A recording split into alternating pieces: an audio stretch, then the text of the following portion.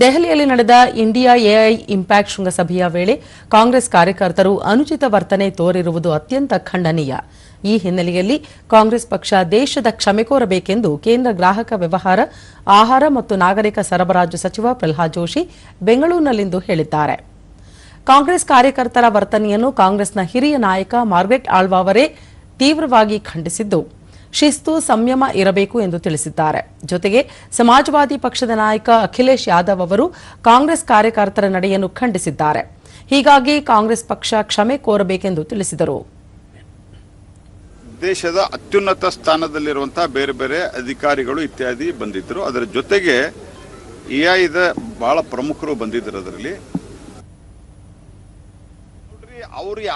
ರಾಜ್ಯದಲ್ಲಿ ಮುಖ್ಯಮಂತ್ರಿ ಬದಲಾವಣೆ ವಿಷಯವನ್ನು ಆಗಾಗ ಪ್ರಸ್ತಾಪ ಮಾಡುವ ಮೂಲಕ ಜನರಲ್ಲಿ ಗೊಂದಲದ ವಾತಾವರಣ ಸೃಷ್ಟಿ ಮಾಡಲಾಗುತ್ತಿದೆ. ಅಧಿಕಾರ ಹಂಚಿಕೆಯ ಕಿತ್ತಾಟದಲ್ಲಿ ರಾಜ್ಯದ ಅಭಿವೃದ್ಧಿ ಸಂಪೂರ್ಣವಾಗಿ ಕುಸಿದಿದೆ. ಜೊತೆಗೆ ಆಡಳಿತ ವ್ಯವಸ್ಥೆಯೂ ಸರಿಯಾಗಿ ನಡೆಯುತ್ತಿಲ್ಲ ಎಂದು ಹೇಳಿದರು. ಉತ್ತರ ಕರ್ನಾಟಕ ಭಾಗದಲ್ಲಿ ಕುಡಿಯುವ ನೀರಿನ ಸಮಸ್ಯೆ, ರಸ್ತೆ ಸೇರಿದಂತೆ ಇನ್ನಿತರೆ ಮೂಲಭೂತ ಸಮಸ್ಯೆಗಳು ತಲೆದೋರಿವೆ. ಅವುಗಳನ್ನು ಬಗೆಹರಿಸಲು ರಾಜ್ಯ ಸರ್ಕಾರ ಯಾವುದೇ ಕ್ರಮ ಕೈಗೊಂಡಿಲ್ಲ. ಬದಲಾಗಿ ಮುಖ್ಯಮಂತ್ರಿ ಹುದ್ದೆಯ ಕಚ್ಚಾಟದಲ್ಲಿ ಕಾಲ ಕಳೆಯುತ್ತಿದ್ದಾರೆ.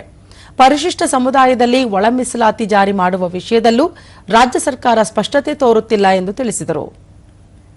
ಆಡಳಿತ ಕುಸಿದು ಬಿದ್ದರೂ ಸಹಿತ ಇವರು ತಮ್ಮ ಜಗಳದಲ್ಲಿ ತೊಡಕೊಂಡಿದ್ದಾರೆ.